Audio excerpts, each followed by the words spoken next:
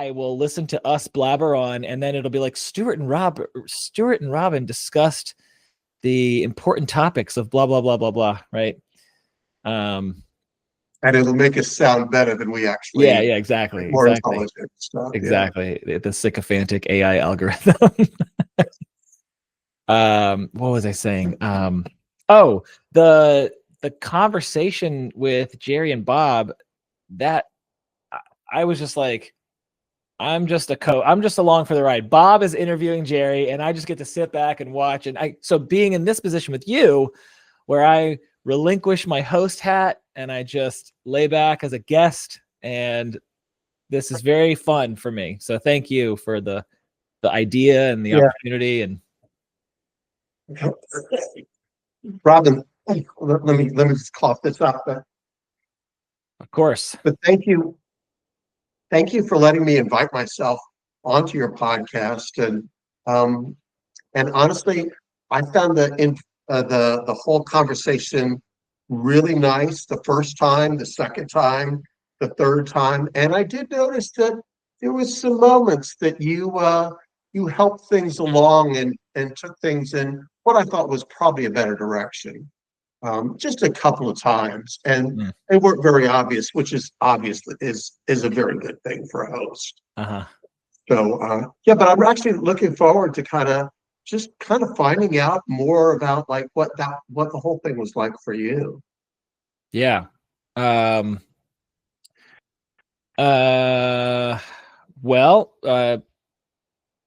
first, I guess it was, it wasn't surreal. Like the first time I reached out to Bob Falconer, I reached out in the same spirit that I might reach out to like the Joe Rogan Experience and be like, can you have Dick Schwartz on? Cause you've got the biggest audience, and like, that would be great to just get more ears on that. And where it's kind of thing where you like reach out and you don't really expect, don't expect a response. That was it. So when Bob was like, yeah, sure, I'll come on the podcast, I was like, that was surreal. Since he's been on numerous times since then, and I'd had Jerry on as well. It was kind of like that with Jerry also. I think not as much because I hadn't been just obsessing over the UB stuff, and he was more like just new to me. And by that time I had kind of realized, oh, like this lane is so narrow and so on the fringe that it makes sense that anyone who would be trying to like put their shoulder to the wheel and spread the message would be like, I'll talk on any platform that'll have me, right? And that's seems to be Jerry Marzinski's approach too. Like, and I very much respect that. So when Jerry got back to me, he said, yeah, I'll be on. I'd love to come on. But so then to then have both of them agree to come on together to have a conversation, I was just so stoked because I don't think they had met each other before. It must have been some years ago. So they were aware of each other. And they also both seem to be not really that familiar with one another's modalities. Jerry doesn't know much about IFS, and Bob doesn't know much about the Mace Energy method. So to get them together for the community of like-minded, interested people, myself, you, and others, I was just like, this is so cool that I get to kind of like play a small role in birthing this conversation. So that for me, this is going to be fun. And I hope to do it again. But yeah, I was just happy to watch and witness and listen, and then just jump in whenever the spirit moves me to do so. Yeah. Very nice. Yeah. Well, Robin, I'm curious, and I don't know, I'm assuming your listeners may know more about you than I do, but just about your whole journey, how you got here first as a therapist, then as a IFS therapist, and then as somebody who's kind of more interested, I think, in spirituality, and how that whole evolution happened. If that's been something you've explained on your podcast before, we can skip over it. But well, I appreciate the question. I definitely have talked about it a lot, but also, people who are, tuning into this episode might not have heard me say it, and I'm happy to repeat myself, and I can be I was about to say I can be brief, and then a part of me is just like, that's some bullshit. Like, can you?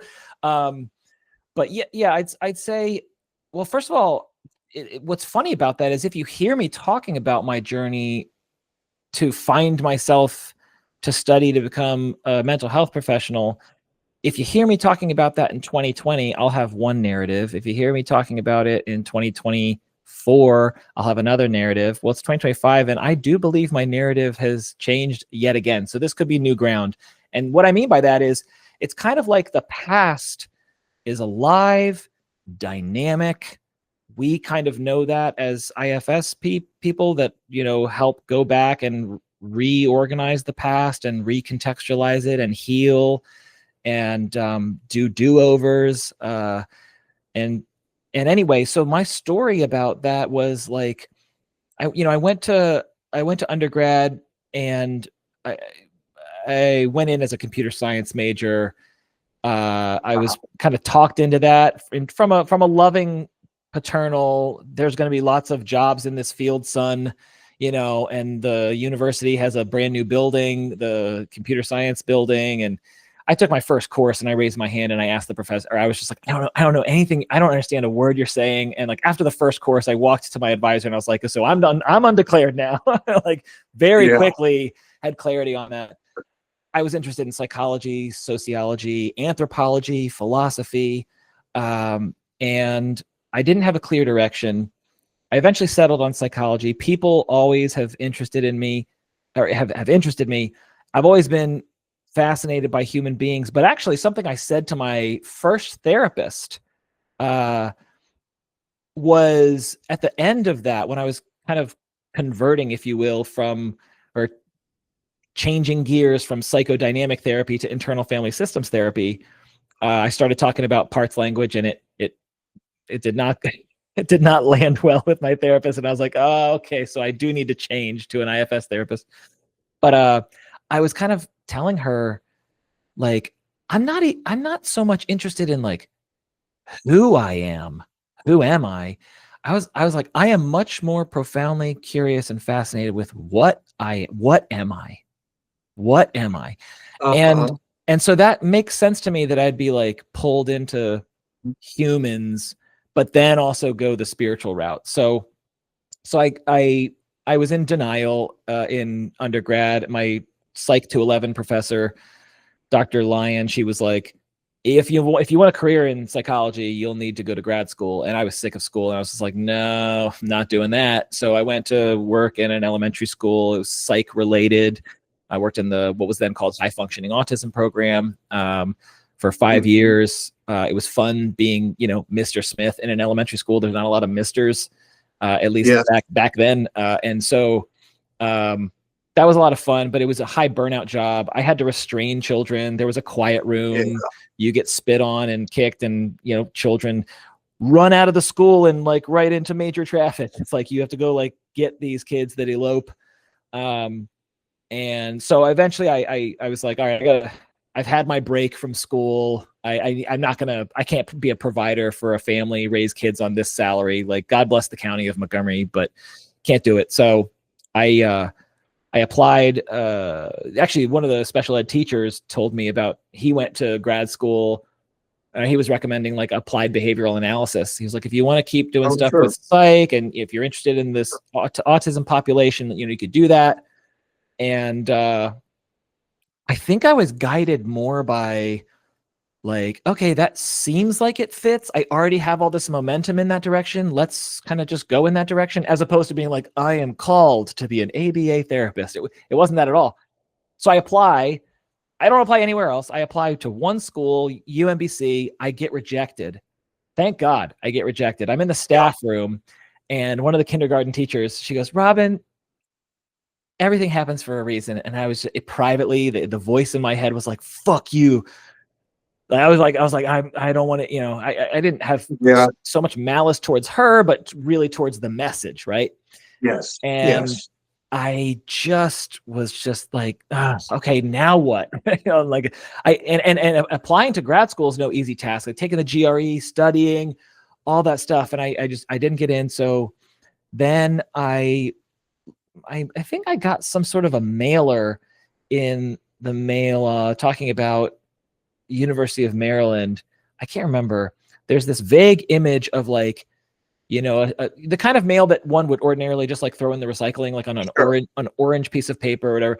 And I was like, oh yeah, I want to go to a grad school. I don't want to travel, so that's why I was looking at UMBC. I'm in Maryland, and I look and I find out, University of Maryland has this couple and family therapy program, and I was like, well, before I apply, let me just like, I think I want to go check it out. Let me just like call the school, schedule. They're like, yeah, you want to come tour the facilities? God bless her heart. Carol Werlinick, one of the former directors of the Center for Healthy Families, where the grad students do their internship work. Right. She took me on a tour. It was a one-on-one experience with like, here are the therapy rooms and here's the like one-way mirrors where supervisors will call in and like for training. Yes. And just being there on site, like charged me and lit passionate fires under my ass. I was like, oh, this is awesome. This is so great. And so I made the same foolish mistake of being like, I'm only going to apply here. So if I get rejected, it'll be like back to the drawing board, wipe it clean. And like, now I got to sort out my life. Luckily I got accepted. And so then I studied, it's a 2-year program. I knew I wanted to go into private practice. I also had this inkling that I would start a group private practice. And, I also caught the bug for supervising. Teaching is very fun for me.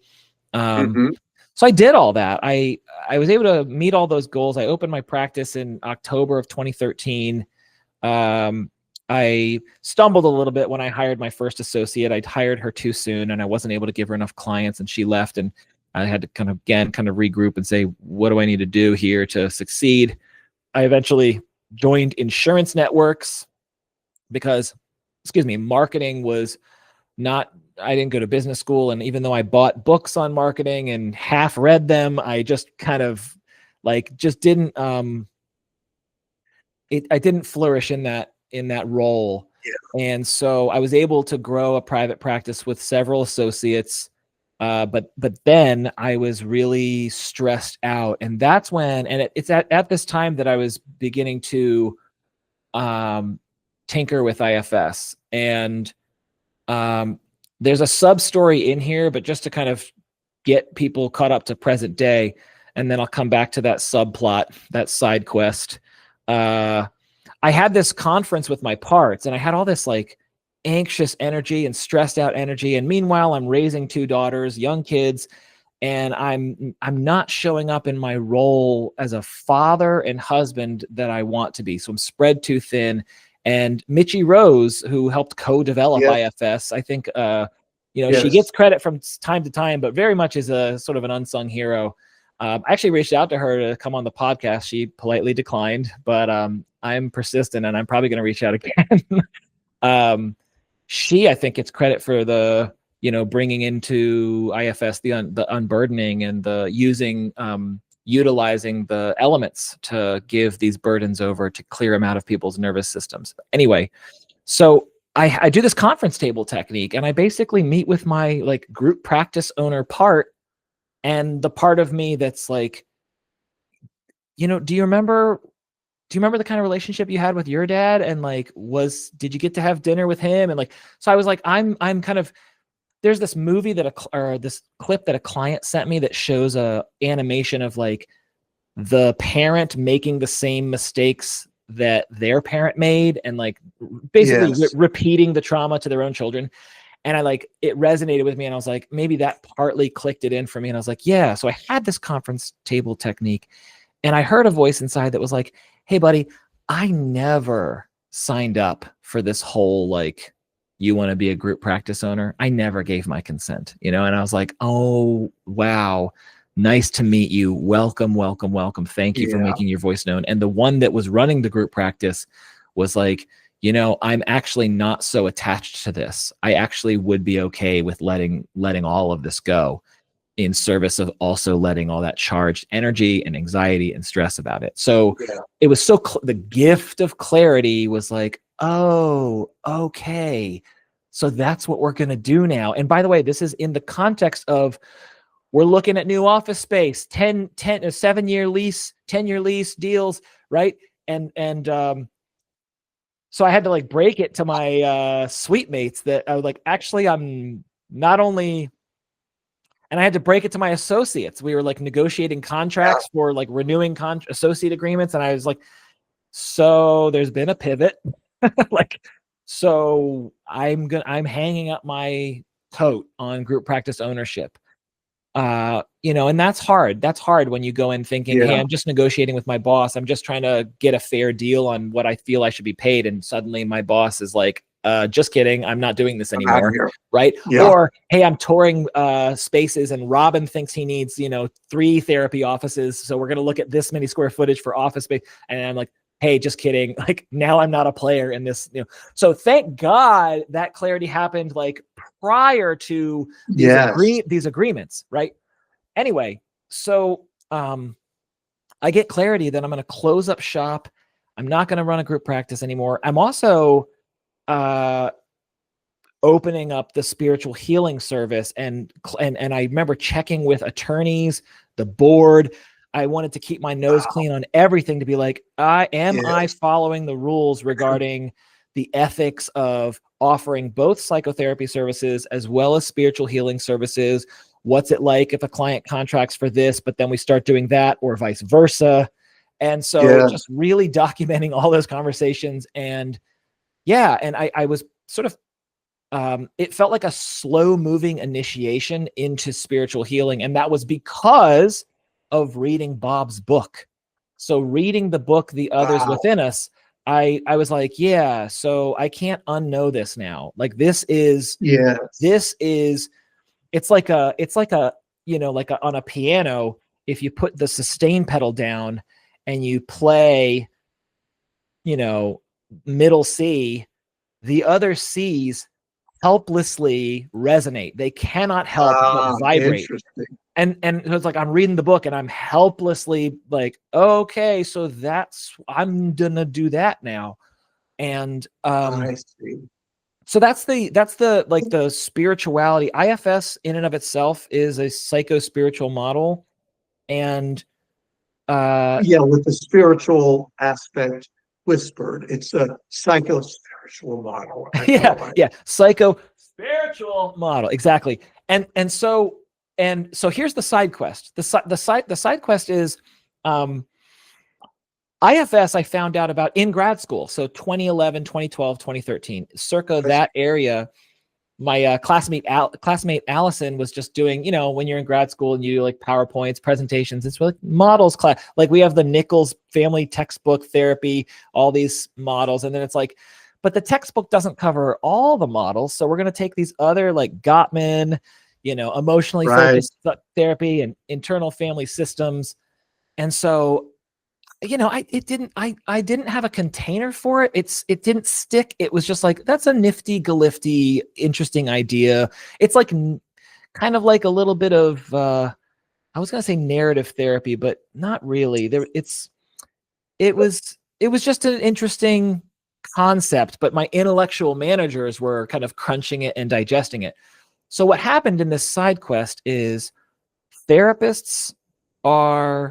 many therapists are pro mindfulness and meditation, the mindfulness-based stress reduction, and there are benefits to these contemplative practices. And so I had put my fair share of like meditation, and I'd taken like an ACT training, and I had already been meditating before that. And so you go to a DBT training to give you the raisin, and you tell mindful tasting, all this stuff. So I banked many hours, but I want to hold this term loosely, as a seeker, I'm putting air quotes for those just listening. I had always been like, well, I slow down here because there was a God injury. And so there's like an injury with the divine. And I was in atheism land for a long time. And I think because I was in atheism land, I had this, thirst for.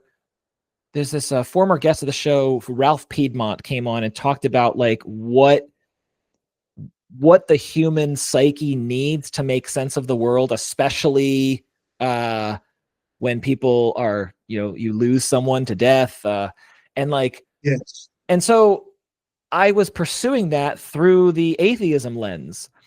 And so I was reading Richard Dawkins and Yes. Christopher Hitchens and Sam Harris, and not so much Dan Dennett, but I read Sam Harris's book Waking Up, and that book really ignited this fascination with Dzogchen meditation. This non-dual. It's not like your Tara Brach, Jack Kornfield, Sharon Salzberg, loving kindness, Vipassana practices. It's very much this like, hey, here's a claim for you empiricist skeptical to test out if this is true. The claim is that the self is an illusion. The self is not real, and we can prove it to you, and here's how you do it. And so you meditate this way. And Sam Harris had the Waking Up book, but also his app was a mindfulness app, the Waking Up app. Yes. And in that app had practices to sort of develop this lantern awareness, this awareness without an ego, without an I, also without psychedelics. So you can have the ego drop away just through this practice. And one of the and there's different pathways to get there. Psychedelics will do it to you, whether you want it to or not. I mean, they'll do it to you. But one of the practices was the headless way. And that was developed by, I'm aware of that. Yeah. I'm aware of his podcast on that subject. Yeah. Yeah. So Douglas Harding wrote a book called The Science of the First Person. And Richard Lang, Douglas Harding has since passed on, but Richard Lang is kind of his friend. I don't know if you want to call it like a mentor-apprentice relationship, but basically carries on the tradition of like the headless way and the experiments that are run. One of which is the pointing experiment. And I don't think that's credited to Harding. I think that's way older. That pointing tip might be thousands of years old. But the point is you kind of like point outward. Like right now, I have my left hand pointing at Stuart on my computer screen, and my right hand is pointing back at me. Now I see myself in the monitor. I see Robin's face there and the microphone and the guitar in the background. But from behind my eyes, if I ask what is the left hand pointing at, it's Stuart in the screen, and what is the right hand pointing at? It's nothing. It's the rest of the world. This is pointing to the whole world. And so from my vantage point, my head, if I have my hands up like this, I can see my fingers, and then I sort of pull my hands back behind to the side of my head, outside of my visual field, and suddenly they disappear. If I close one eye, my nose becomes as big as the whole room. So there's all these little tricks on glimpsing the headless nature. And so in doing the headless way, that was really what sparked the aha and said like, oh, I have no head. To other people, I have a head. And this might sound crazy. That sounds totally cuckoo. It's like, this is just semantics, Robin.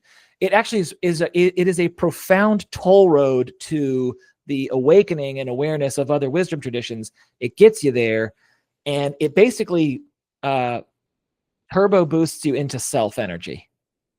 So like for folks who don't know, like Dick Schwartz says, hey, the self is real and I can prove it to you. We're going to earn your parts, trust, and step back, and then self will embody. Locke Kelly is like, buddy, we don't need to do that. We can introduce the person to self first, and then we can start working with the parts. We can actually do that. So, and it's not necessarily to bypass protectors, not necessarily, even though it kind of looks that way.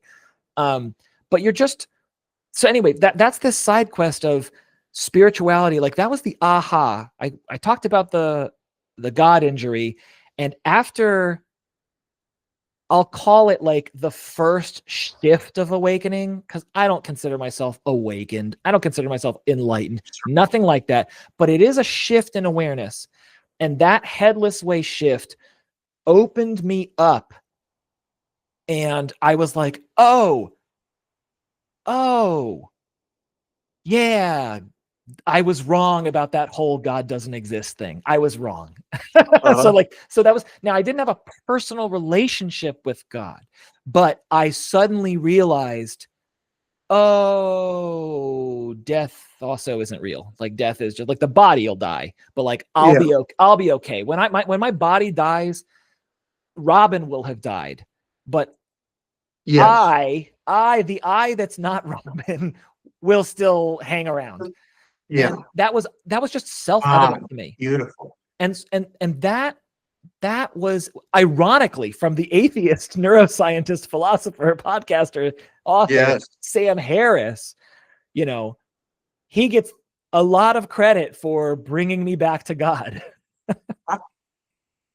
I feel like a couple of things I want to add to that, but I do feel like the whole atheist movement, it's either that's where we're going to end up and everybody's going to be an atheist, or it's just a very nice way of clearing out all the bullshit that has accumulated around all the religious traditions. Let's just say there's no God, and then it's like, oh, there's a little bit of God beginning to develop. And like, don't pay too much attention to it, but there it is. And it's I feel like it can kind of be a cycle, both in my own life and in the life of the world.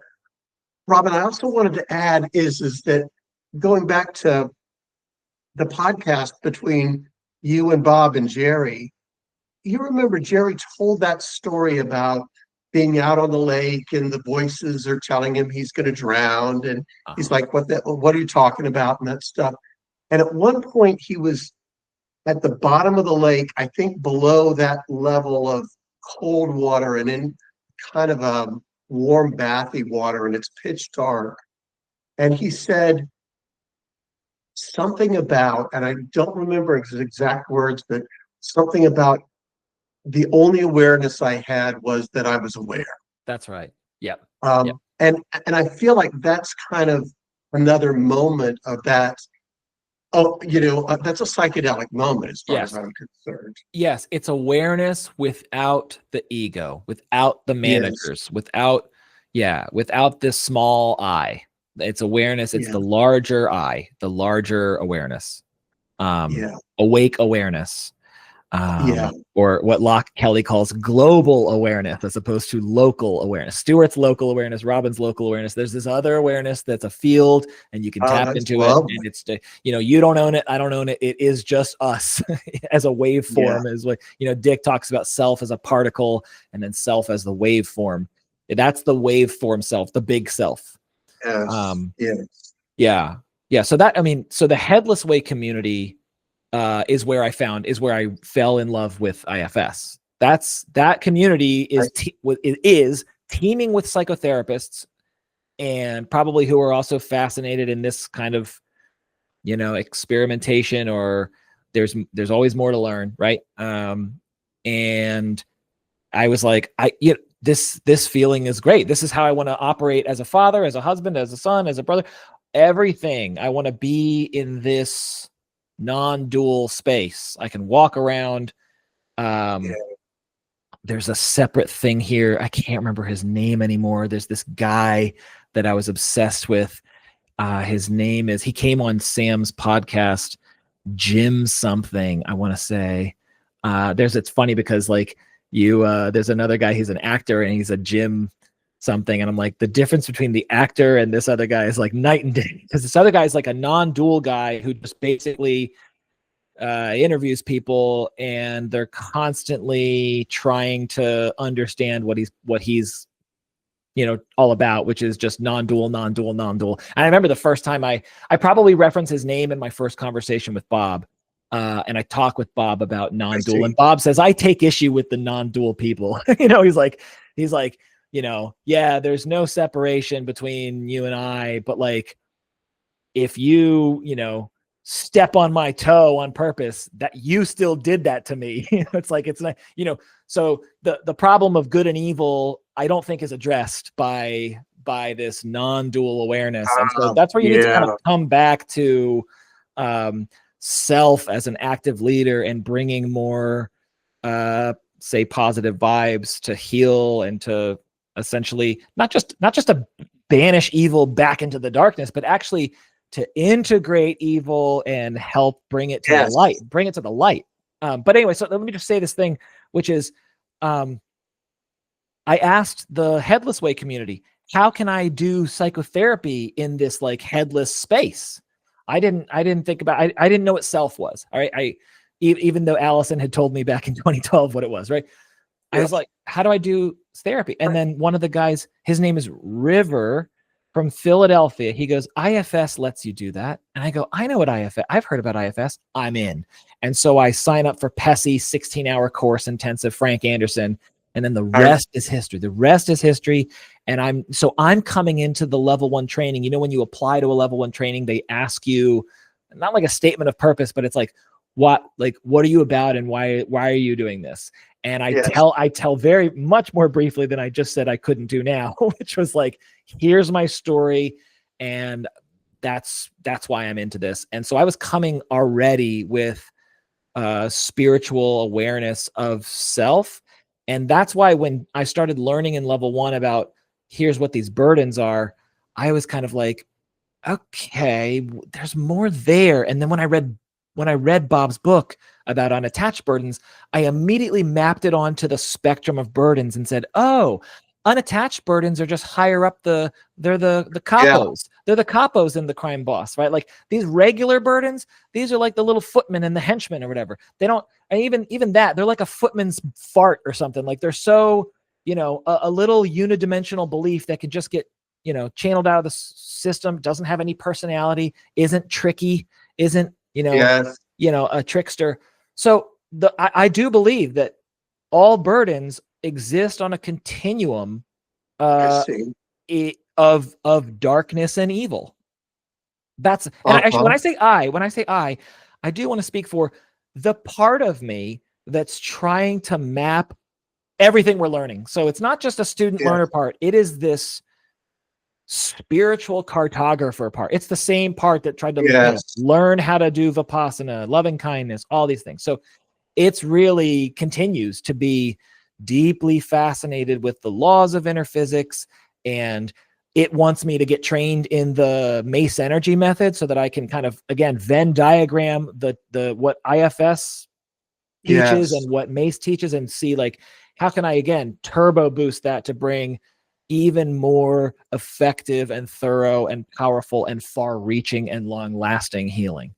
Anyway, okay, so I took about a half an hour or so, like answering your first question, but that's it in a nutshell.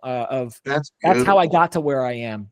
And I continue to humble myself and say, I don't know, I don't know what any of this stuff is, but I'm trying my best. Parts of me are trying their best to become more effective and to unlock and unleash more self in me and in others. And that is the name of the game now. I don't have any aspirations. I stopped subscribing to Psychology Today profile. I'm no longer a member of the AAMFT. I'm not a supervisor anymore. I'm solely focused on private pay clients and then just pro bono sessions, not going through like the pro bono counseling project of Baltimore and having them send me clients, but actually trusting that the universe is putting people in front of me. And I think right now I have 4 pro bono clients and that's just, they happen to exist in my life in some fashion and are at a place where they need healing and are open to doing that work with me. And it's kind of like, that Eastern saying of like, when the student is ready, the teacher will show up or something like that. Yes. What that implies is that there are lessons all over the place every day that we're just blind to. That's what that implies. Yeah. And so for me, I was like, oh, this is another person to help. Yeah. So it's not about balancing the budget, making profit. It's not about, nor do I feel like it's about paying off karmic debt. It's just about like, okay, supposed to be. I allegedly have guides and guardian angels, and I attribute their partially responsible for trying to help me get on the right path, make the right choices, zig instead of zag. And I'm going to be foolish and I'll zag sometimes, but am I wise enough to recognize this is a choice point and I can zig and that's in line with that goal of unlocking more self in me and others. And it is cool how IFS is synergistic that way. I feel like clients who I'm helping them heal are also healing me. It's really great bang for your buck in terms of resource management. I almost feel like me and you, and probably we're not the first to have this thought, but we need to kind of change that saying, when the student is ready, the master will appear, because both student and master are student and master. Yep. Your clients are as much your masters, and that's one of the things I love about IFS is the idea of core mentors and mentors and all that. But there's so much that you have to learn from your clients as well as vice versa. And if that's all I know about a therapist, that's a therapist I want to work with. Well, that and to that point, or maybe to add to that point rather, I feel like, you know, actually this very much relates to what I didn't close, this circle I didn't close. The story I told myself about why I became a therapist was I just got out of a really nasty relationship. So it's not like I was like, let me go be a psychologist. I was like, I'm going to be a couples and family therapist. So like the story that I was telling myself was, oh, that was the ugliest version of myself. I had never met an uglier Robin than when Robin was in that relationship. So naturally, Robin took me to study couple therapy so that Robin can make sure Robin's never in a relationship like that toxic ever again. And that was the convenient narrative. And actually, I'm sorry. That was the second narrative. I'm sorry. The first narrative was, here was the narrative when I applied to grad school. The first narrative was, I can't help these kids as a special ed paraeducator. These kids go home for the summer and they're with their families and they regress and they come back the next year and the behaviors come back. All the work that we do, not always, but so I was like, I want to access the families directly, not just working with the kids in the classroom. So that was the first narrative. And then I was like, oh, that was just the veneer of a story, Robin. You actually want to come here so you can master not getting hurt in relationships. That's what you want to do. And then that ended up being kind of true, but it was focused on the couple relationship, the couple, like, don't be in that kind of a nasty relationship with a woman ever again. Right. Yeah. And then it's like, oh no, fucked up shit happened to me when I was little. It's not about working directly with the families. It's not about don't date someone like that ever again. It's about I'm carrying some fucked up shit inside of me. And that's why my guides took me to go heal this stuff. Yeah. And they had confidence in me that I could do this healing work and then help others. Now, to that point, there's plenty of therapists out there, and there's a wide range of the therapists who have worked on themselves and who have not worked on themselves. And just because they've been doing therapy for 10 years, I don't want to assume that is a proximal indicator that therefore they've done 10 years of work on themselves, because many graduate therapy programs do not require the students to do their own work. Yes. They don't make a requirement. They say, if we impose it on you, it's not as meaningful. Like, you're going to do that work on your own timeline when you're ready for it, you know? And I understand that. I really, really buy that perspective.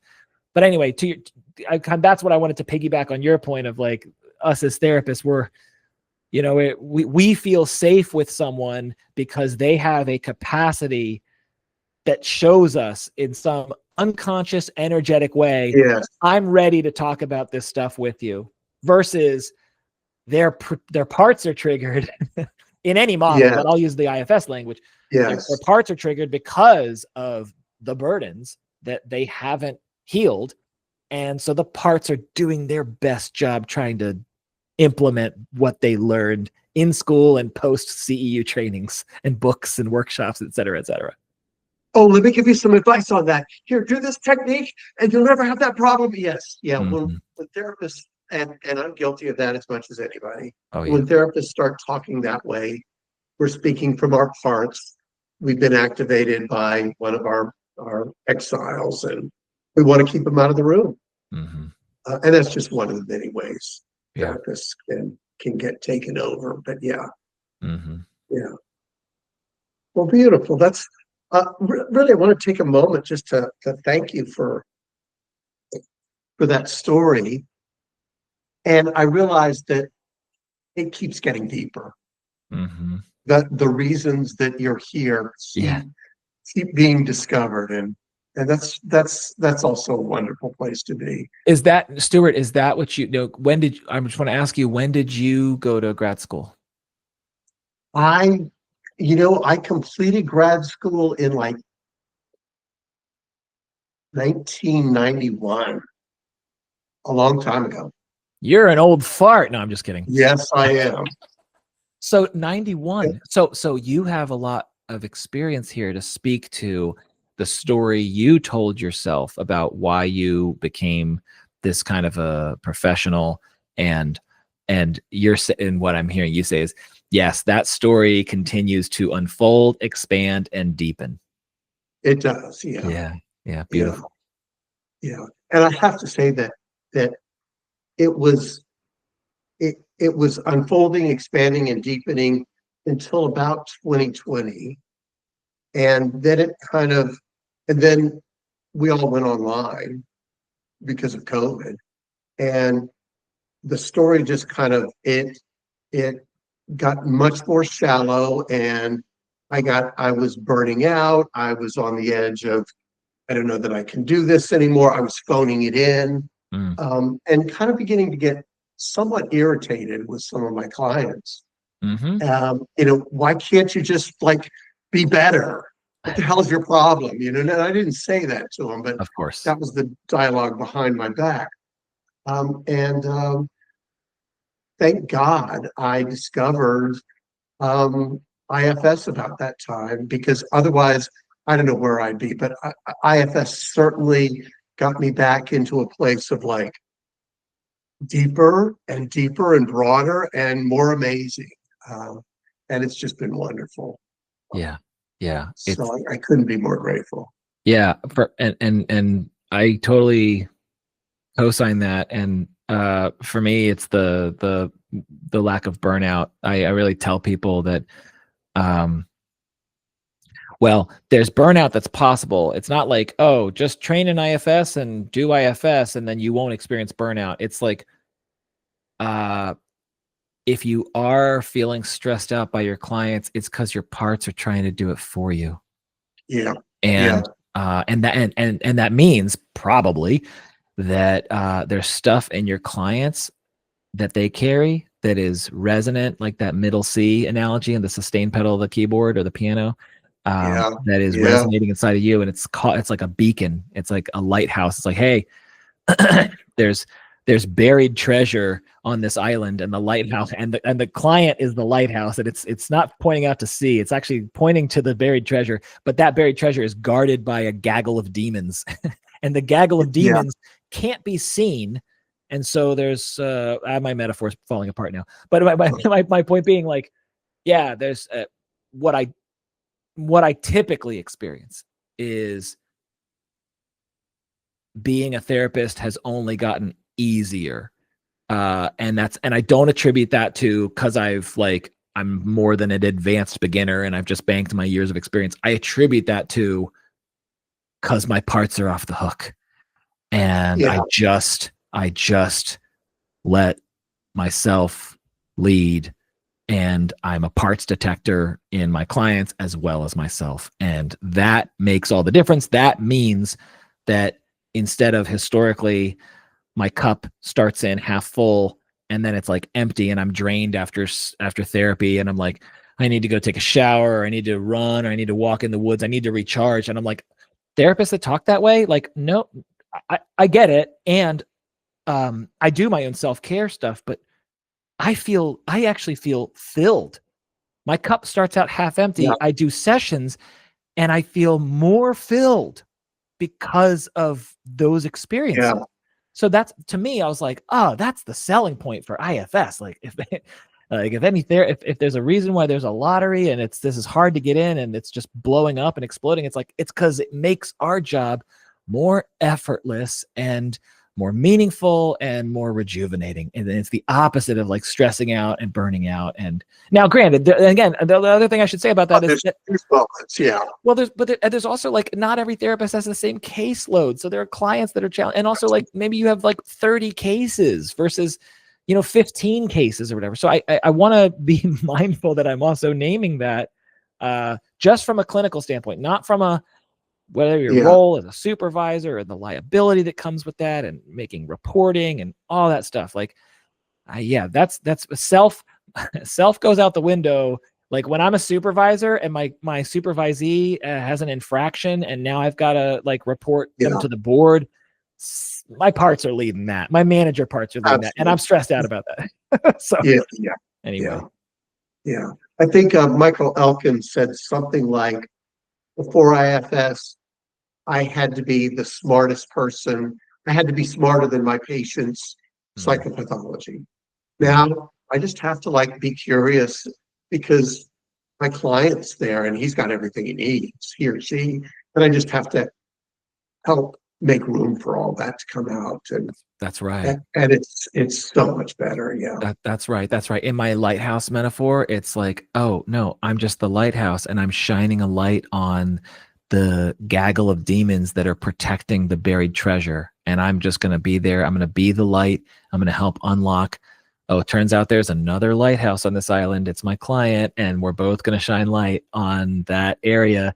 And then the demons go away, get them out of there. They can't stay. They can't stay on the island. They don't have to go home, but they can't stay on the island. And then we get to rescue the treasure that's buried and then bring that back into the client's lighthouse. And it's great. It's just absolutely. It really is. Yeah. Yeah. Well, Robin, I want to kind of pivot a little bit back to Bob and Jerry's conversation. And one of the themes that I think Bob kept coming up with, and I wanted to just kind of explore this with you, is he kept asking Jerry about how do you keep yourself safe? The issue of like I feel like not getting infected by these things. And I gather if we're using your idea of hierarchy or a continuum, I don't worry about getting infected by my client's trauma so much. But when we get to a certain place in the hierarchy, it does feel like that's more of a concern. But what's that like for? I don't know. Is that even a question that I'm asking? No. You're making sense. I understand it. And so let me kind of respond this way with like what was boiling up or bubbling up in my mind while you were talking. Before doing all this weird UB extraction, compassionate depossession, whatever you want to call it, my clients did get into my psyche, and there's an example. So what I want to say is, what I want to imply here intentionally is that whether you're doing this deeper layer work and you need to protect yourself from beings in the spirit realm jumping into you, I feel like that maybe it's not at the same level. So, but you're affected by your clients. And one thing that came up for me is like a dream. Like, it's like, okay, I went down to Bethesda. I sat in session with this really, really challenging couple, and my armpits sweat and my heart rate increases, and I'm being affected energetically. I'm being affected by them. And not only that, I come home from the office and, change my clothes and take a shower, take a bath, whatever, and then go to bed, go into dreamland. guess who shows up in my dreams? Yeah. So there, there's and to me, and back then it was like my psychodynamic supervisor was like, yeah, okay, right. So like what was going on in the dream? And that's an opportunity to like do your own work, right? To do the work on yourself.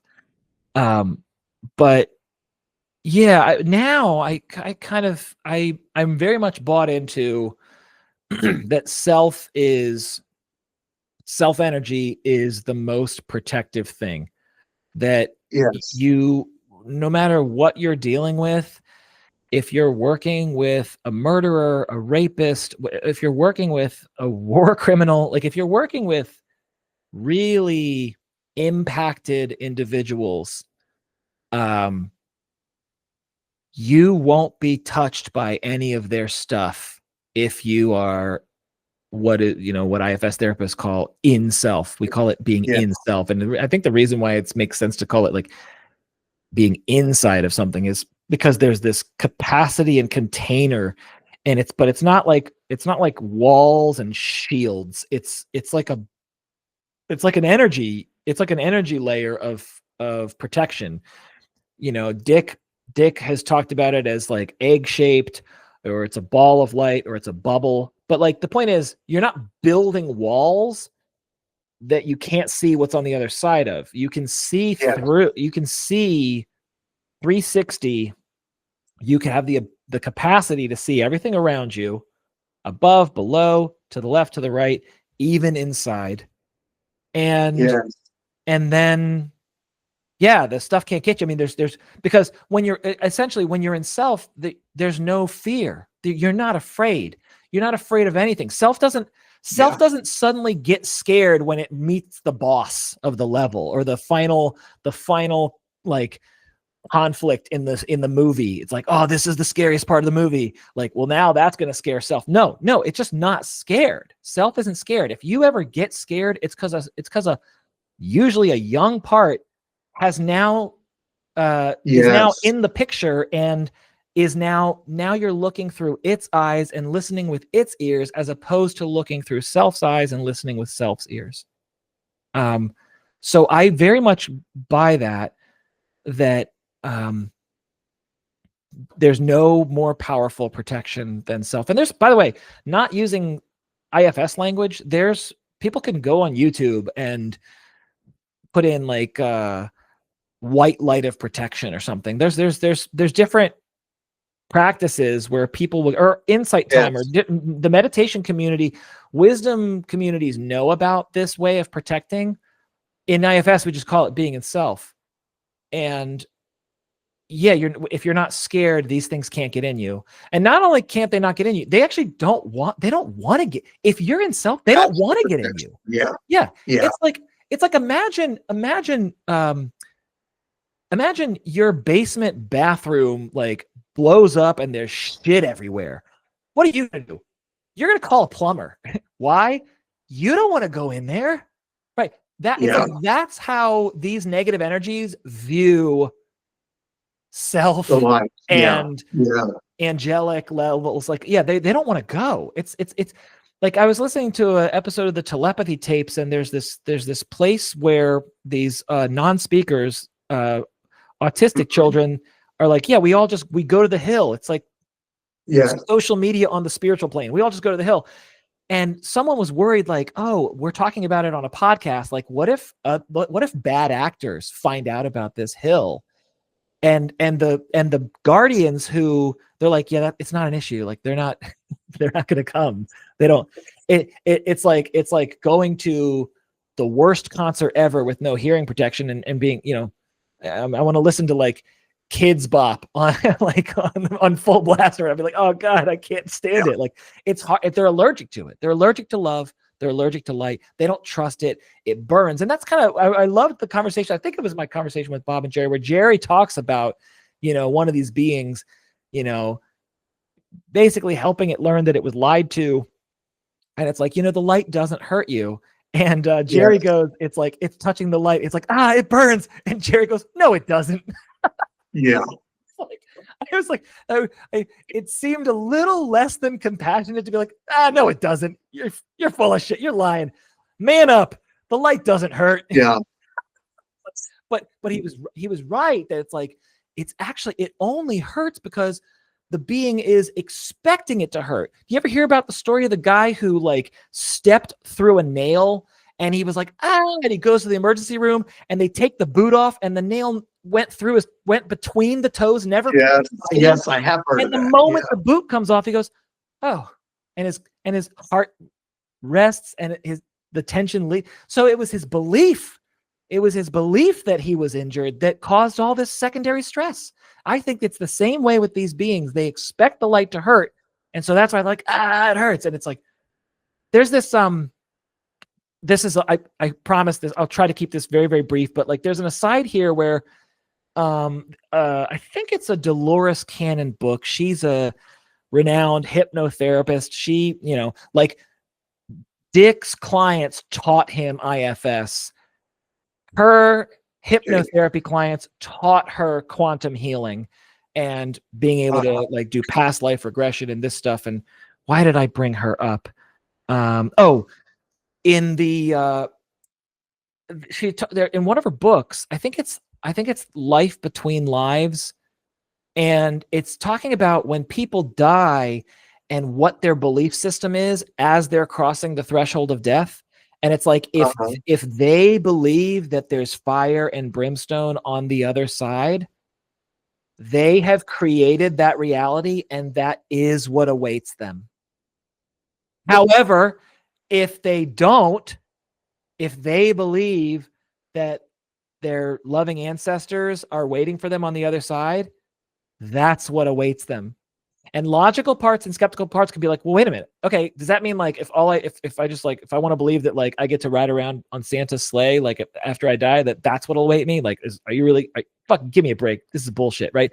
It's just, it seems very easy to dismiss that, but I'm associating to that because what she's talking about is the strength of a belief, the strength of a fear-based belief is so strong that it manifests its own reality to the soul that carries it. And so allegedly, I don't remember the last time I died, okay? But allegedly, that happens, according to Dolores Cannon. So anyway. Well, and that really dovetails very nicely into what Jerry was talking about in terms of, I would just imagine the being inside of my client with duct tape around them. And they wouldn't be able to talk for a couple of hours. And so, this kind of imaginal world that we are creating, I think that was his point. We are creating that world in every breath, every breath we take, every move we make. Okay, Sting. It's all there.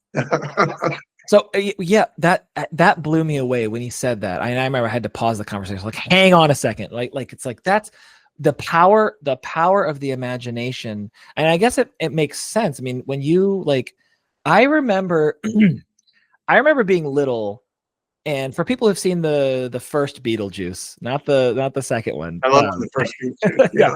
I just saw the second one recently. It was like leaving Netflix in 3 days, and I was like, oh, okay, I gotta see this. Anyway, the first Beetlejuice I saw when I saw a lot of movies when I was younger than I should have seen them because I had an older brother. Okay. But the exorcism scene with Gina Davis, when she and Alec Baldwin are like the bride and groom and they're levitating above the dining room table or whatever. And she looks down at Lydia and her face is green and starting to look like reptilian, like wrinkled, like it was so creepy. And my imagination as a little boy, I'm just walking through my house at night in the dark and I'm like, that creepy like dying person is like in the room and they're going to get me. Right. Like, so like that is the power of the imagination. Now, if it's that powerful on that side of like negative vibes and stirring up fear, why shouldn't it be equally, if not more powerful on the other side? Or that like the cursing of people and the healing of people will take place in the same realm. And that, I just feel like the imagination is way more powerful than I could possibly imagine, Yeah. and it's like, there's this line in Harry Potter, J.K. Rowling says something to Harry like, just because it exists in your imagination, Harry, what makes you think it's not real?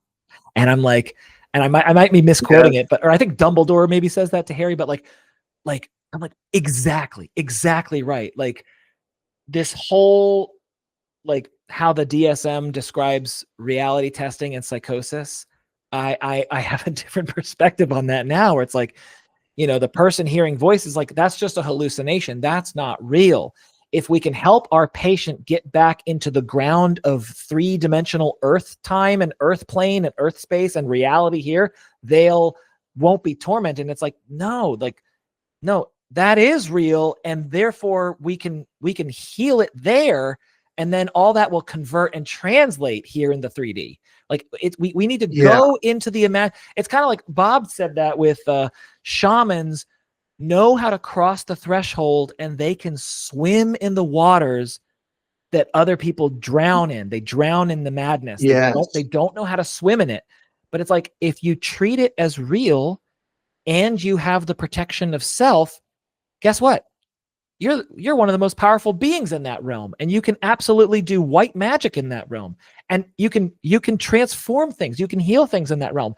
And then when you do, there are physical 3-dimensional earth plane space correlates that show up, like, oh, hey, turns out this person isn't scared to go on elevators anymore. Or turns out this person can now have courageous conversations with their family members now.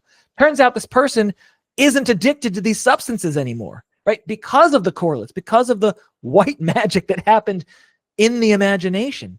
It's just like, I think it's a mistake to be like, oh, imaginary things. That's just your imagination. We're so dismissive of it. It's just imaginary, In fact, and I didn't come up with this myself, I wish I had, that, we have 5 senses in the physical world.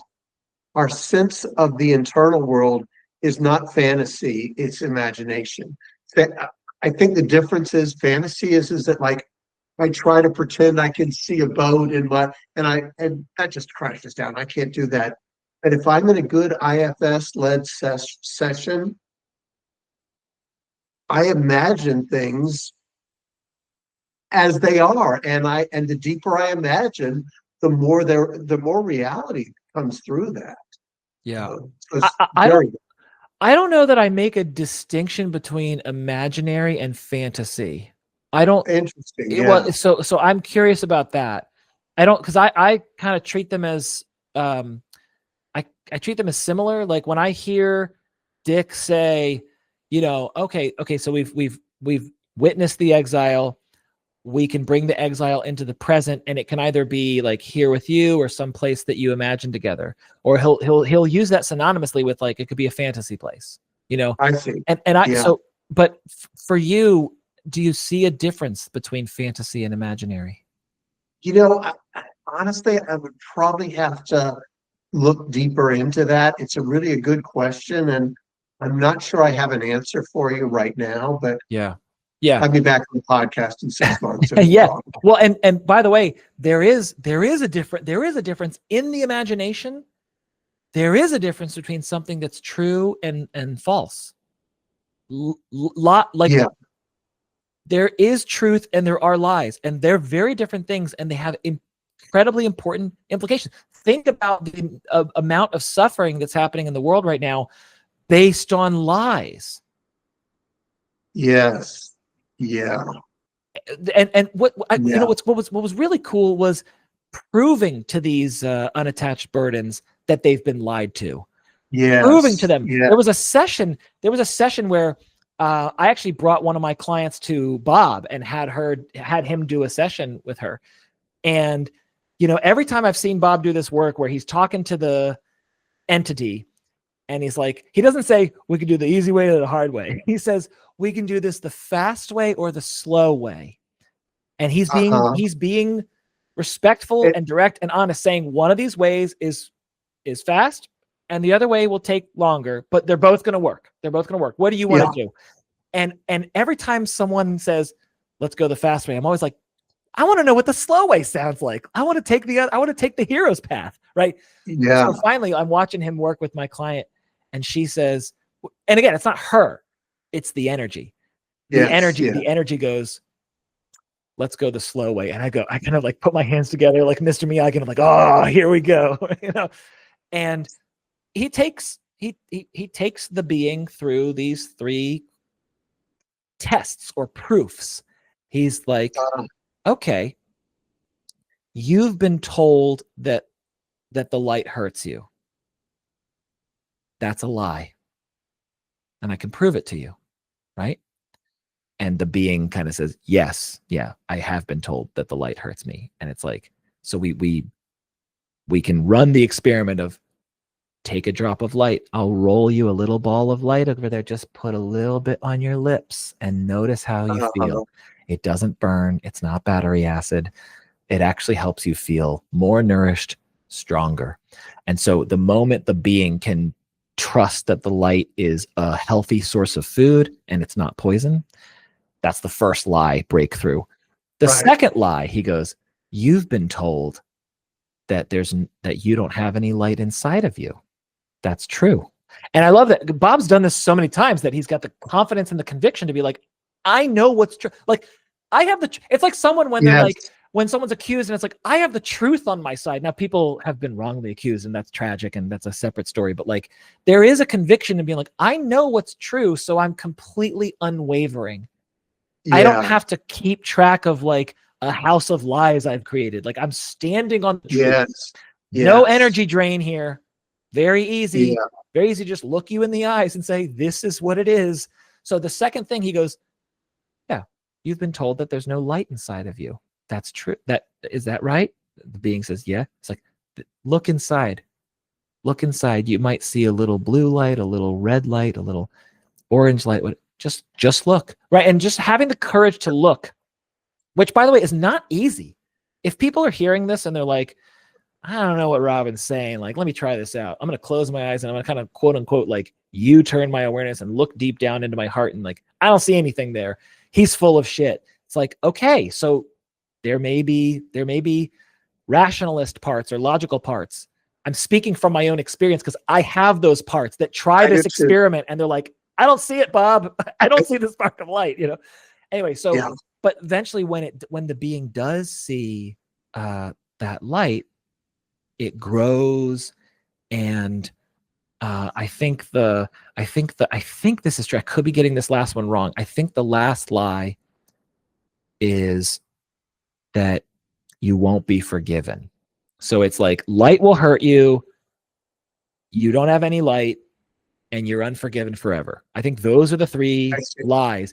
And and it's like, and again, we can prove this to you. Look up and notice there's a tunnel or a stream. If people look into the research on near-death experiences, the research is there. It's there. Look up, there's a tunnel of light, and you'll notice your ancestors have been waiting for you. They will welcome you home. So I've heard stories of people who were like, this guy I don't know if he was a teacher, but he was in charge of like a bunch of people and they all got wiped out in a tsunami. He survived and he carried the guilt. And this happened hundreds of years ago. And it's like, he was an entity inside of someone who currently is living. Again, when you look at that lost, disembodied soul as an entity, it may have like fangs and snarl and it looks mad, but it's like when self looks at it, self sees the actual person, the person. And so and then guy's like, I'll never be forgiven. I'll never, I let him down. I betrayed them. So they carry this shame and this fear and this guilt and this, I'm bad. And it's like, bro, just look up. They're there. You see what happens? They're there. They don't carry all that stuff. They love you and they've been waiting for you. They've been waiting for you. And the being looks up and it's like, oh shit. Turns out that's right. So it's like, light doesn't hurt. I am made of light. There's light inside of me and I can go home to them and I won't be punished or judged. There's nothing anyone could ever do that's so bad that it's unforgiven. Now that's why I have a hard time with the Christians when they say the Christians have this belief of there is one unforgivable sin, or I don't know what they call it. Yeah. But it's to blaspheme against the Holy Spirit. If you do that, that's unforgivable. And I'm like, that's bullshit. With all due respect. Now, that's coming from a part. It's coming from an adolescent part, clearly. But that part of me goes, that's bullshit, because it's just not my experience. That everything is forgiven, and that's why we can win souls into light and kind of, it's like recruit from the dark. And it's kind of like what the darkness is trying to do with light workers. Dick is talking about this now on the Spirituality of IFS course on Sounds True. He's like, if you do this work, you're going to attract these beings to you. Why? Because there is a battle of good and evil, and you're on the side of good, and the bad ones don't like that. It's like, hey, you're winning the football game here. We gotta go take out your star quarterback so we can have like some kind of an advantage and win this game here. So you actually, by doing this light work, you attract this stuff. The good news is it's no big deal. It's no big deal. It's not like you're attracting, Ebola. You're attracting gnats. You just swish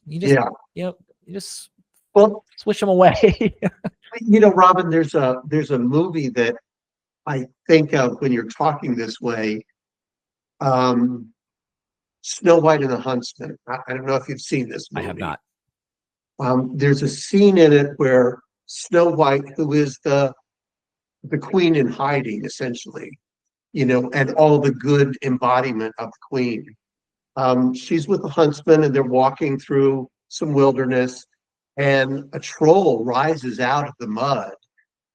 And the huntsman is there trying to do battle with it, and he's just getting slugged around and stuff.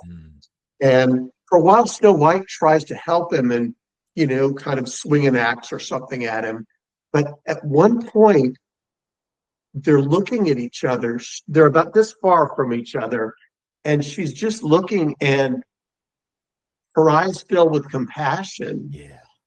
And the troll kind of melts away and just kind of no more violence. Now, he's not saved in any way. He doesn't become, a handsome prince or anything like that. But just this moment of like, oh my God, I see who you are. Right. Is such healing. Yeah. The love defanged him. Yeah.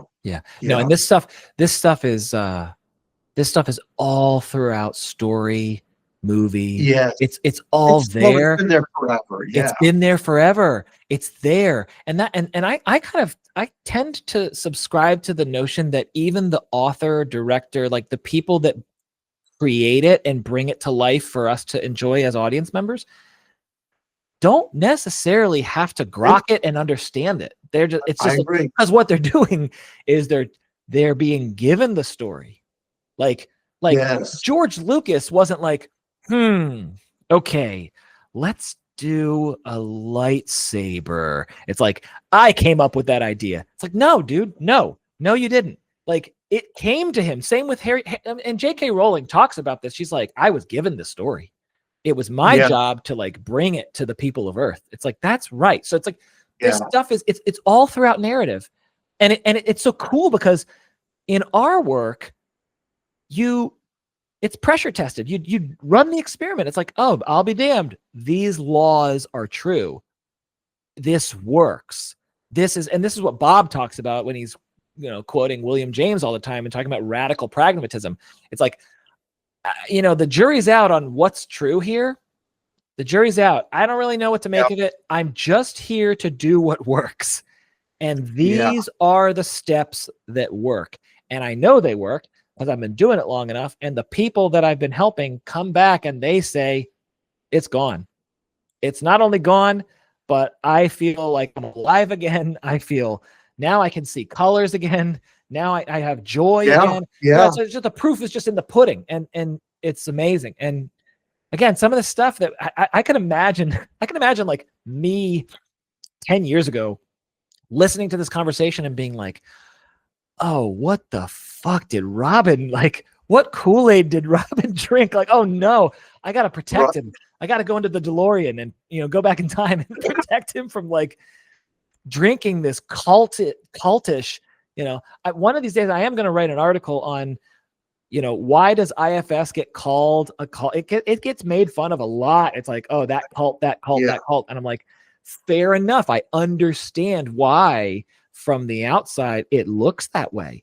There's some overlap, but there's a really important, crucial difference, a distinction that, like, with cults, if you try to leave, you're punished. Well, it's like, yeah, go ahead. And I've had the same conversation with myself about IFS, because sometimes I will talk about Dick Schwartz, and a part of me is saying, you're talking about, like, the other person on the other side of the room is going to think you're in a cult here, but what belies it for me is that two things is that, like, if you've seen Dick Schwartz operate, he's not this charismatic blowhard. He is the most mild-mannered person out there. Mm-hmm. And the other one is the existence of people like Mitchie Rose, Mm-hmm. and, like, all what they say are the mothers of IFS. And there's dozens of them. And he's totally open to people bringing more stuff into his model, because it's not his model. It's not he just, like J.K. Rowling, he just discovered it and was given this. And not only that, he talks about his guides gave him this model, and they told him explicitly, now don't fuck it up. Yeah. Yeah. I love that. Yeah, it really is about, it's not about ego, it's not about power, it's not about, there is, like, you could think, like, hierarchy. Like, I think about, like, level 1, level 2, level 3 trainings, and, like, there is a part of me that's like, okay, so they don't talk about the weird stuff until they trust you enough, right?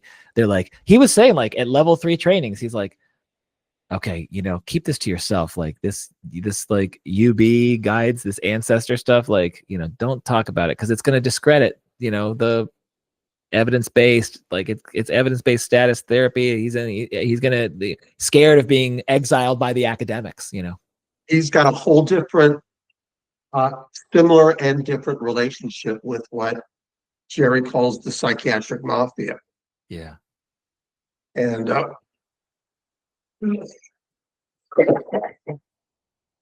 so, yeah, he's got to be very careful with that. Mm-hmm. But,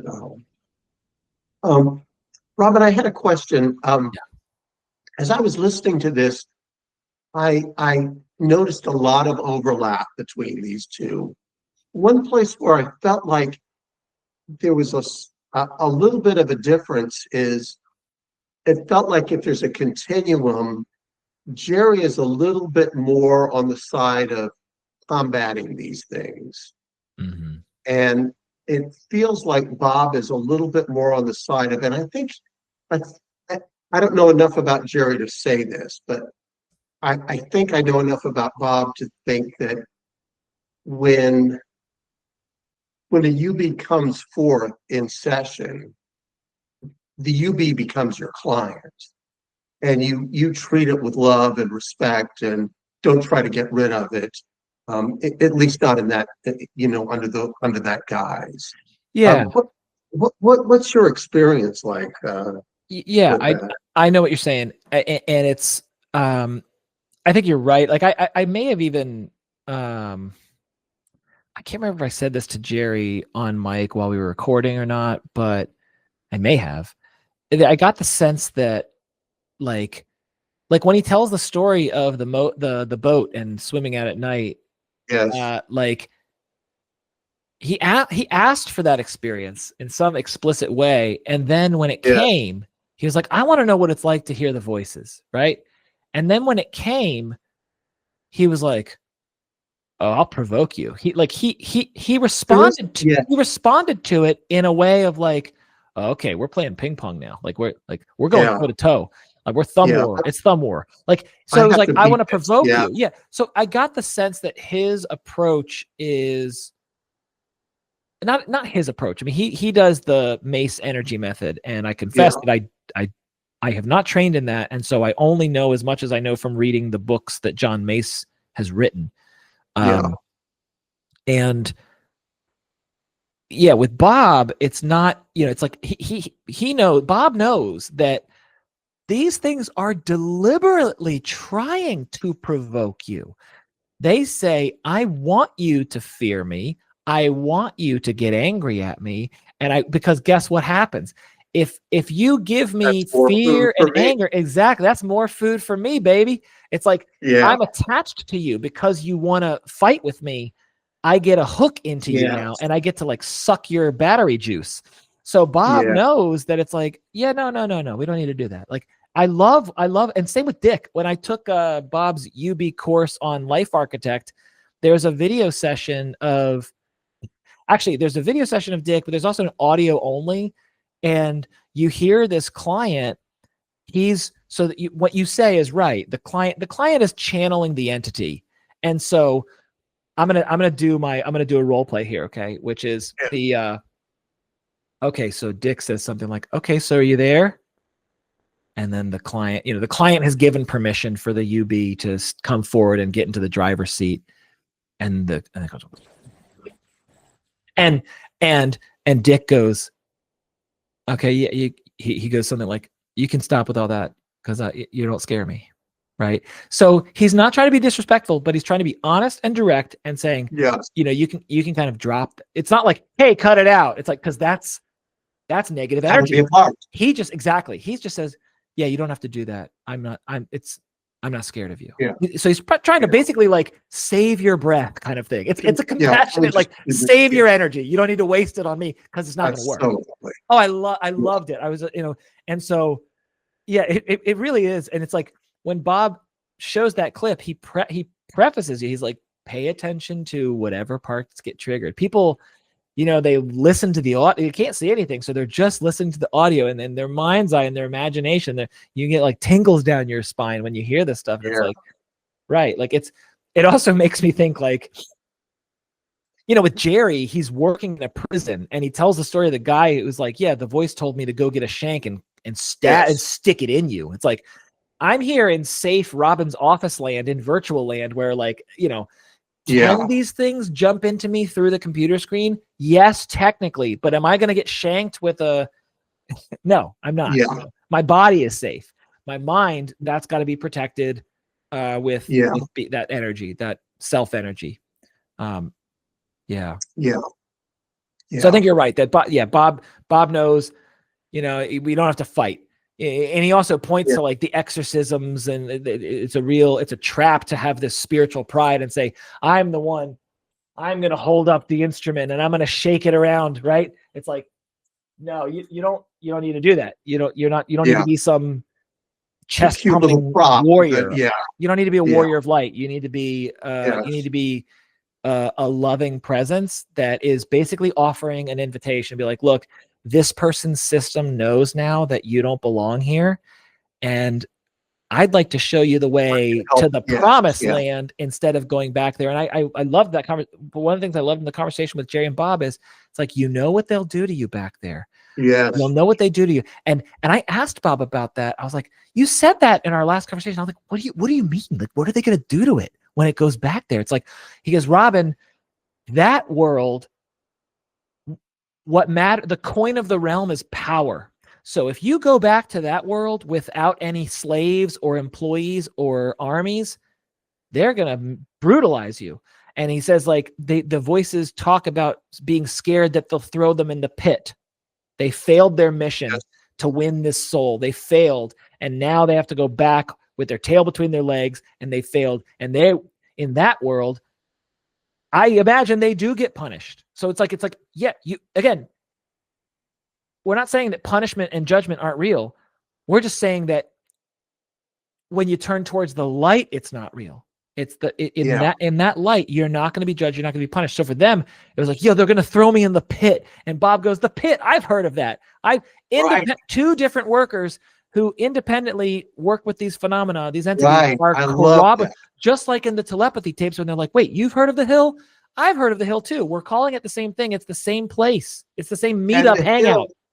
and the hill is directly 180 degrees opposite of the pit in every Yeah. kind of way of defining it. That's It's right. so beautiful. That's right. That's right. Yeah. Um, I did want to kind of just share an observation. Maybe it's one of my parts that wants to share an observation, but Go for it. um, um, this idea of the psychiatric community and institution and all that, and I totally get all that. I also have parts that are like, yeah, but there's some good psychiatrists and they're not all bad and all this stuff. Mhm. So I'm a little bit divided on that whole thing. But I also became aware of, this question, how do you protect yourself? How do you protect yourself? 23rd Psalm, how do you protect yourself? The laughter of children, how do you protect it? Feel like there is something about most therapists, and I'm raising my hand twice here. Yeah. It is like, um, before, I'm not an adrenaline junkie like Jerry. So before I get to that part where I'm pushing the voices to show up like with electricity all over my office, I'm backing the fuck off. And the way I back the fuck off is, well, you have a diagnosis of schizophrenia and you need to take Haldol and blah, blah, blah. That is, I think, a historic way that we,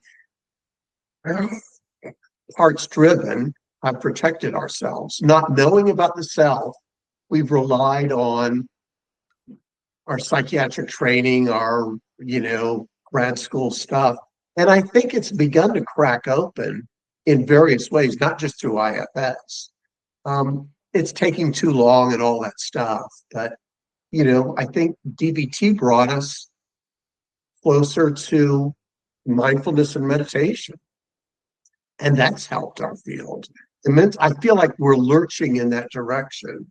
And hopefully we get a little bit smarter about it. But I just wanted to kind of throw that out, that I feel like that is the protection that most people have kind of relied on. Well, there's two things that there's two things that come up for me. One is the medication. Yeah, no, definitely want to say that. Yeah, I don't think psychiatrists are bad. Yeah. However, it is curious to me that many psychiatrists that Jerry has encountered, because he worked directly with them, were not curious or open to Agree. an alternative viewpoint. They were pretty attached to their framework, that these are hallucinations and you are not to encourage the client or the patient to talk to their voices. You're sort of colluding with the enemy if you do that. Yeah. And so that's fascinating to me. I do, there's a part of me that speculates or theorizes that because the people afflicted with schizophrenia are great sources of food for these beings, that it's like, this part of me is like, it would make sense that the basically like the prison guards in a psych ward, that's the attending, like nursing staff, all the psych, it's like that they would be impacted to successfully keep the patient there, even though that goes against everything in terms of like, no, we're here to help your loved one. We want to help your loved one. So I get that. That could be maybe triggering for anyone who's listening to that and has family who works in the field, and they're like, what is Robin saying about, like me or my family, that psychiatrists are somehow corrupted by darkness? I'm speaking for a part that is kind of playing with that idea of like, what would be the positive incentive to see something working, like when Jerry was giving out the 23rd Psalm and the patients were getting better, and then the person was like, cut that out. Yeah. Like, why would someone see something that's getting better, say, cut that out? I guess unless it was fear, again, fear driven. And again, I'm totally speculating, but like, if this goes against hospital policy, and I could lose my job if I okay this, if I know about it and I don't do anything. So like, you need to cut this out, even if it's getting better results than what our treatment plan is giving, right? Yeah. The second thing that comes to mind,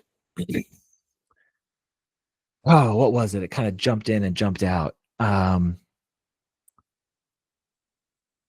Yeah, I lost it. There was something. Oh, don't you hate it when that happens? Yeah, I do. But Yeah. we can take a minute and just kind of let that come back. Like, I find that the best way for that to come back is to move on. okay. And then it comes back. Yeah. One of the places that my mind moved to is, this idea that was very much a part of the conversation about consent. And, I'm recalling, angels need consent before they enter into us. Demons don't not necessarily, although I'm not sure the vampire myth talks about vampires not able to come into your house unless you invite it in first. Yeah, that's right. At one time. But anyway, something about consent that I'm not sure. I'm thinking about the schizophrenics that I've known and worked with, and I'm going through the Rolodex. Mm-hmm. And what kind of was a little bit missing, and it may have been like, this may be exactly part of the protocol, it just wasn't talked about. But the idea of consent, of, hey, I've got some powerful techniques that will maybe stir up these voices and ultimately kind of help you to distance from them a little bit. Would you be interested in that? And I imagine you ask most schizophrenics that, and you're going to get a lot of noise right off. I imagine very few of them would be like, yes, give it to me. I'm imagining in my mind a lot of noise back through that. And those are the protectors, and let me make sure you're trustworthy, and, just try this as an experiment, let's say, those sorts of things. Well, and again, maybe protectors that are driven by these energies that are, it's not in their interest to lose their food source. Yeah. Oh, by the way, this is what I was going to come back and say is the medicine that's given quiets the voices. It doesn't make them go away. Right. It doesn't make them go away. So it is in service. It is an attempt to help provide relief. And we can honor and celebrate that positive intention that it is provided. It's just kind of like, this is probably not a fair analogy, but it's like kind of like a firefighter that's like, let's go get a little blasted, because now we'll be relief and we won't have to think about what a piece of shit we are. It's like, so you can honor the intention. Yes. It's providing temporary relief. Okay. And that way it's providing temporary relief. The problem is the alcohol is damaging your body. And so is the psychiatric medication. That's right. It's making their nervous system jelly. It's not good. Yeah. I'm flashing to a guy I worked with about 20 years ago who was on something like, I can't remember the antipsychotic, the specific one, but he told me, and this was in confidence, don't tell the psychiatrist this, but he says, I take it sometimes and I don't. Well, like, how do you know when to and when not to? And he had names for the voices. This is what this voice is named. And I'm in a struggle with that. And I need to be the world needs me to be in a struggle with this voice. Interesting. And so if it gets overwhelming, or I can't take it anymore, I need to zone out, take the meds for a couple of days, and then I have to get back to my job, which is dealing with this voice. Interesting. That makes me think about how Bob talks about the cultural context in which this condition is experienced, and to say, if you are hearing voices and you're in our culture, the line he says is, well, you've got a broken brain and you cannot expect to not have that great of a life, and you're going to take these meds for the rest of your life, and like, that's it. In another cultural context, it's, you're on the front lines of a spiritual war, and you've got a really important responsibility. And if you use these gifts well, you'll be able to help others. And it's like the You'll one, have a meaningful life. purpose. Exactly. So Yeah. like this one, it's like not a lot of purpose there. This one, purpose. So the Yeah. guy that you're talking about, it's like I am meant to be working with this. Yes. And if I take my meds, I'm on holiday from the work. Yeah. I don't get anything done. Yeah. Makes total sense to me. Total sense. Yeah. And again, if we treat these, again, in my view, these are unwell ancestors. They're Yes. Bob talks about the Brazilian spiritists, and until I encounter something more compelling, I tend to side with them. I tend to lean with them and saying these things are disembodied souls. And, not everyone who dies makes the transition gracefully, shall we say. And it's like, lots of people are dying all the time. And a lot of time, there's a fear there of, I won't be forgiven, or I'm not ready to say goodbye. If I turn around, I'll see all of my ancestors' horror. Like there was some disembodied soul who was a relative of the Holocaust, and she didn't want to, he or she, I can't remember, but she was like, I don't want to face that. I don't want to see what they did to my people. It's too upsetting. And so they lived in this person, but they were able to face their fears. Again, courage was one of the ingredients that helps them release. And when they can release out of the person, it's like, it's good for the disembodied soul, and it's good for the person who still has a heartbeat here. It's good for both parties. So I tend to see, see these things as not as things. And and I give Bob a lot of credit because I correct myself every time I call him a thing. Not every time. I don't have 100% success right there, but I try to correct myself and refer to them as beings, because it doesn't strip them of the dignity of personhood. It's like, no, you're a being. Now, Dick, I don't think Dick does that.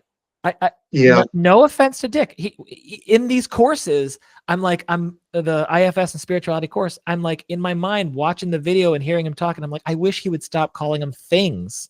He used to call them critters. He calls them, he does call them entities. Bob talks about like, oh, Dick doesn't like calling these things entities. Like Dick doesn't like saying you're channeling things. Well, now he does. He's open about it, but he still doesn't call them beings. And I just have a part. Yeah, go ahead. I know that it's interesting. If everybody, if all of us are on a continuum, I feel like Bob is I don't know, he embodies this part of the continuum of, it's all about love, and it's love for the entities. And I'm not sure Dick is quite that far down the continuum. He's a little bit, I'm not sure he's closer to Jerry, but he's in between the two, it feels like. Well, these two guys have lived different lives and have different experiences, and it makes sense that they would take. Well, and Dick is steeped in academia, and he also, his prime. I think, and I can't speak for him, but I am supposing that his primary focus is the client. Whatever's in the client's best interest. Yes. Like if this thing doesn't choose to go to the light, whatever, it's out of the client. And my job is to make sure the client is better and healed. And I also can't speak for Bob. I get the sense that like Bob also has that take, but like, it's like Bob shows, and maybe Dick does this too, and I just don't know it because I haven't worked with Dick directly. Right. Bob has a vested interest in this quote unquote bad guy making the right choice and like going for healing, because I can, when they say self doesn't have an agenda, it's like, no, self has the agenda, and the agenda is to heal. I can taste that agenda very, very clearly, that it's like, let me give you the reasons why you don't want to do that. I am trying to coax you to make the right choice here, but he's like, they have free will. It's not our place you can't twist their elbow into heaven. They gotta learn on their own timeline, and they're on their own spiritual journey, Yeah. That's, the image of, if I've got a rabid dog in my house, it's one thing to get it the hell out of there just as fast as I can. And that's my job, and I totally get it. And if there's a way to heal the rabidity of that dog, aren't I doing my community a service by, let's do it that way? Exactly. Yeah. So, yeah.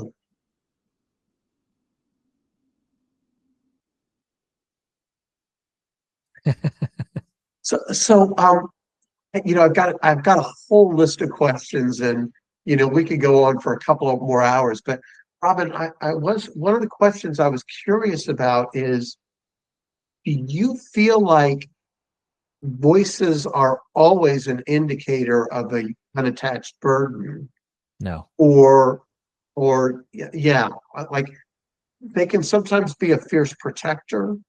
What's your thoughts on that, or what's your experience with that? Yeah, no, voices are not always a UB. I guess here's how I think about it. The voices inside of our head, like, we're not all schizophrenics, right? So we all have voices in our heads. We all do.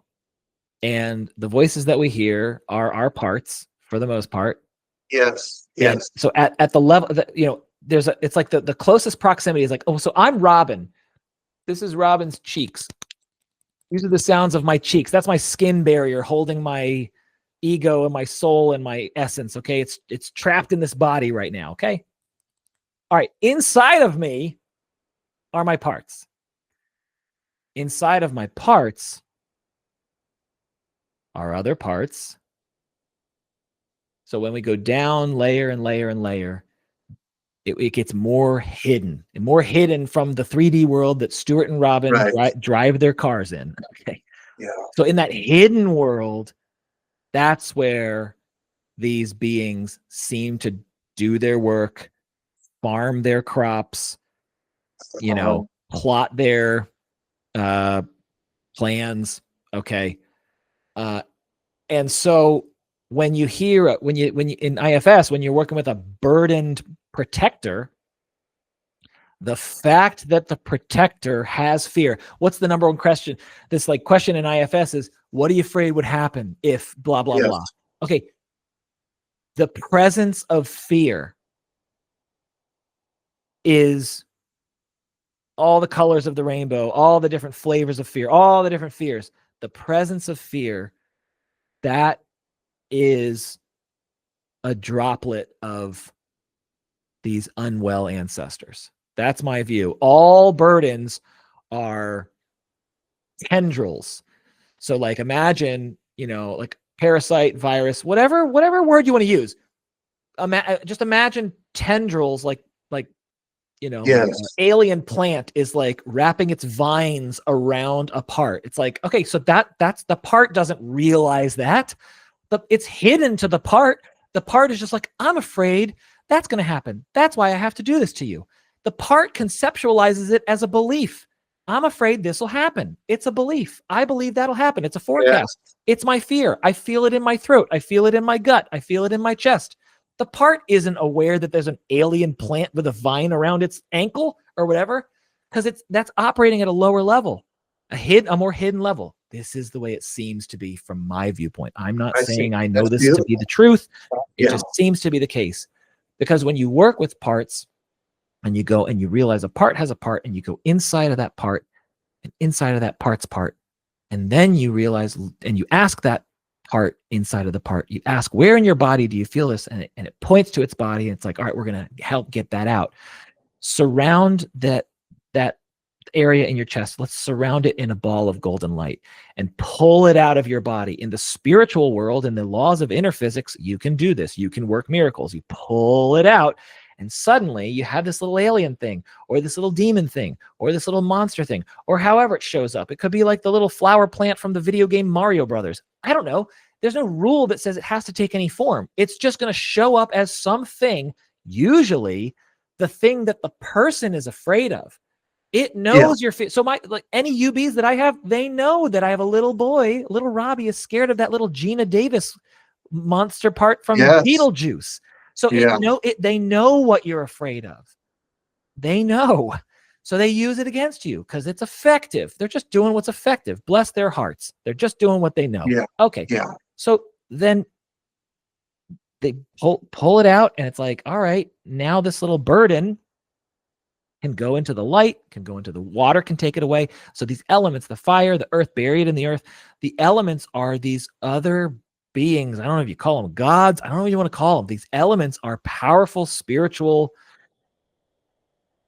entities in and of themselves that are way more vast than these beings and have the capacity to take it away, have the wind take it away. So then so these elements are earthly.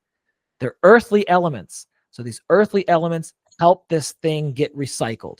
Remember that audio clip, and I was role playing the guys. It's like Dick was like, yeah, you got some animal energy stuck in you. It's not in the right place. This animal energy needs to go back to where it belongs. All right, where do you want to put it? I'm going to bury it in the earth. Okay, great. So the animal energy goes into the earth and gets recycled.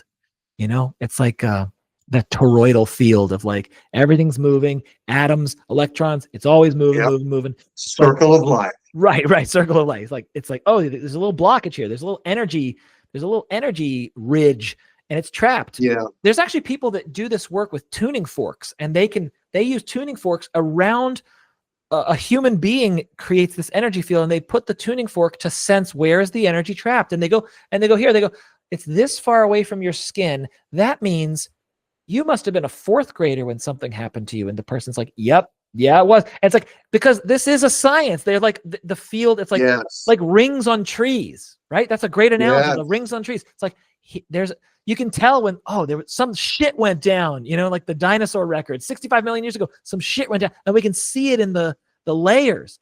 So that's each layer reproduces it, maybe a little bit less, but you can see it through there. Yeah. Right. So these, back to your question, it seems to me that these burdens they use fear, and therefore they're able to use that fear to drive the behavior of the part. So if the part is saying, you should kill yourself, it's like that voice is an energy inside of the part.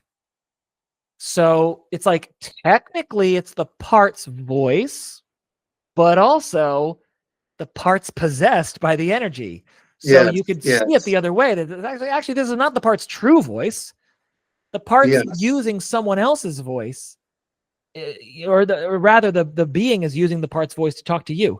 So I don't want to make it overly complicated, but so it's about intention. If you're hearing a voice that's causing shame, fear, anger, anything negative, I think we can trace that call back to the burden. We can trace it back to these unwell ancestors. And again, I don't blame them for what they're doing. Yeah. They're in a bad spot, and they're just on their own journey, and they haven't healed yet. And there's a part of me that's like, well, fucking do your work. You're causing a real chaos storm up here in this earth world. Like, everyone's suffering because you haven't done your work. Do your work. Right? But that's a judgmental part of me, and I keep it in check. Right. It's kind of like what people say with like our parents or whatever. It's like, you're traumatizing me, or like, it's because you haven't done your own work that I'm still carrying this trauma. You should have done your work. It's the same direction, just not as deep down in that hidden, 3 layers removed in the Russian nesting dolls. Yeah. Yeah. I don't know. Did I answer your question in a coherent way? Probably not. Yeah. I'm going to say no, but you gave me a lot of food for thinking in my next forest walk, and just, to reflect on everything that you said. And honestly, I have dozens of other questions that kind of flow out of all that, which is like, that's why I showed up here, Robin, to get all those questions. Well, I'll tell you, you're not answers. Yeah, it's going to unlock more questions. I will tell you, we have a hard stop at 3:00. So we do have to. So I'll try to be less verbose and loquacious. It's impossible for me to.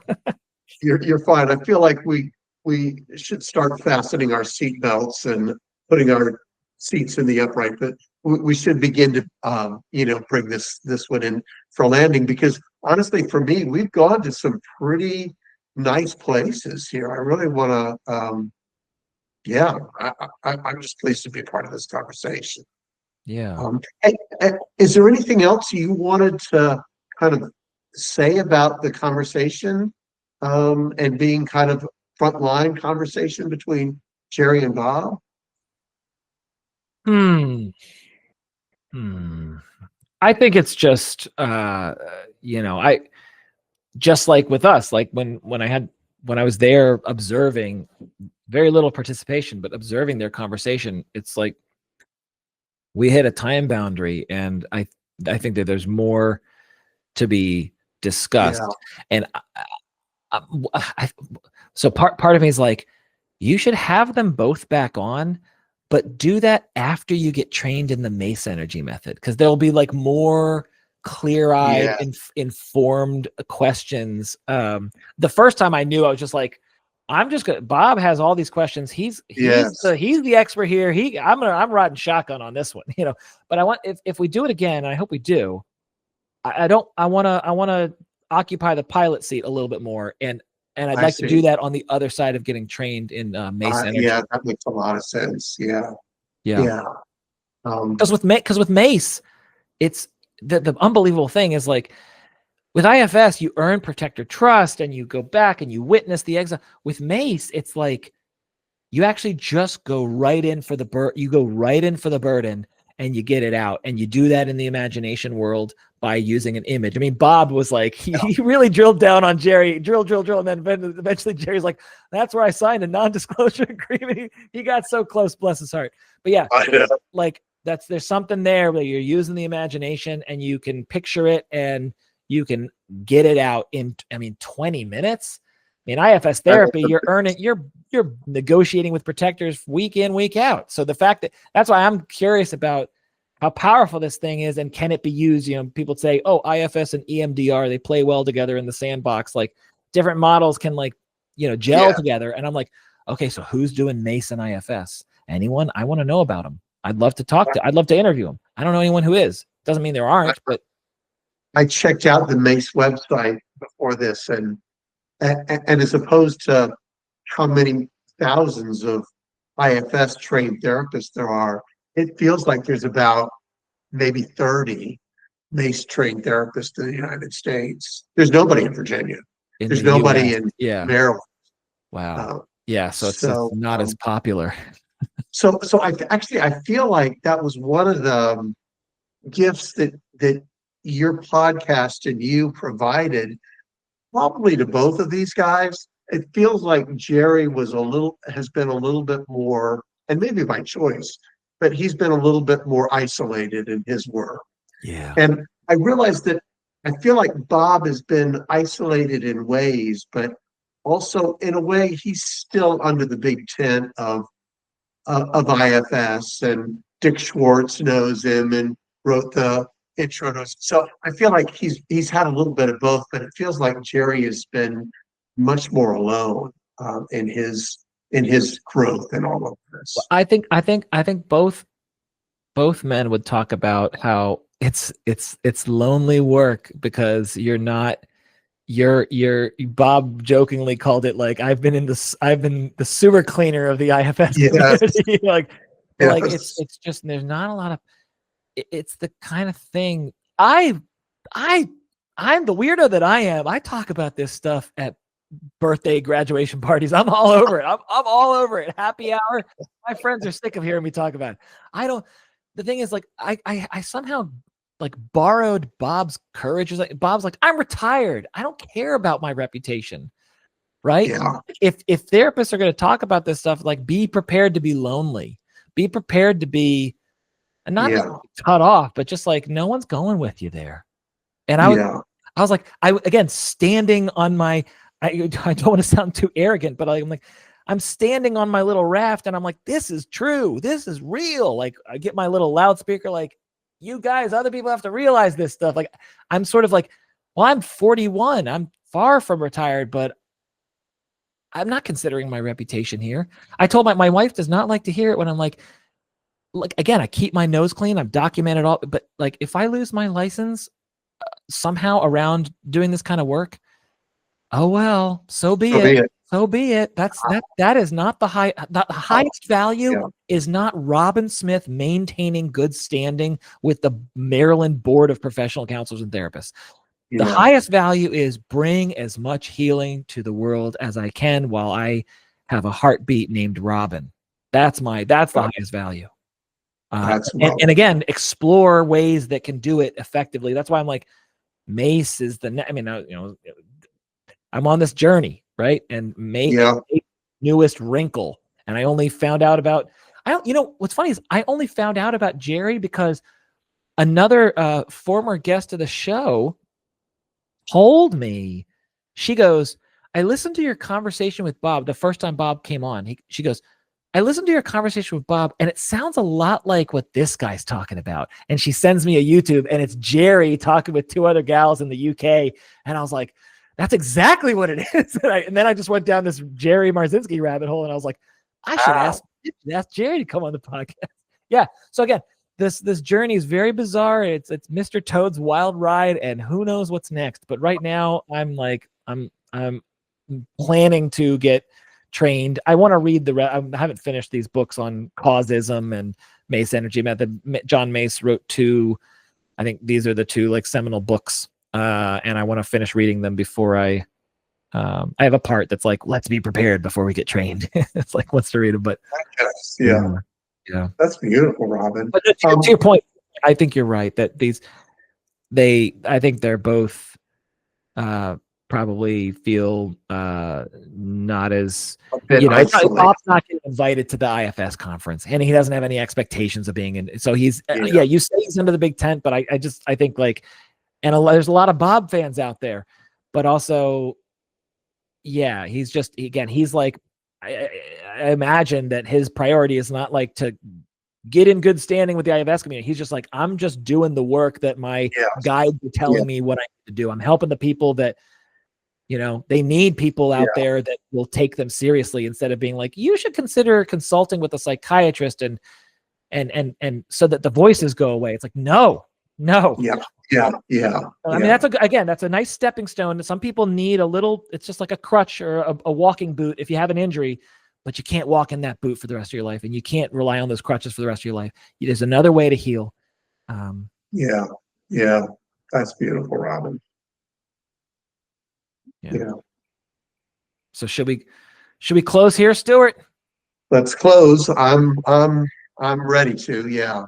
Well, I want to thank you, because this conversation has been so much fun, and it's, there's a part of me that's like, well, Stuart's got to come back on the show so that I can give him the Robin Smith Show treatment and ask him the questions that I typically ask guests. For this one, it's just like, I will introduce you. You got to send me a bio so that people are like, who's this guy? Who's this guy that Robin's talking to? And I'll talk in the I should anyway. I usually say I will do that, and sometimes it hasn't worked out. But my plan is to talk about, give listeners a little bit of context about how we know each other, and I'm grateful for this opportunity. It's been so much fun, and I welcome it, and let's do it again. I would actually love to every once in a while just be your debriefer on the podcast. Like, what was that conversation like for you, Robin? That was so helpful for me in terms of just listening to this conversation. It's been wonderful. I really appreciate it. And I'll send you a bio. Yeah. Okay, cool. Well, that sounds great. And I guess I should say, thanks for having me on. Yeah. I'll have you back soon. Yeah.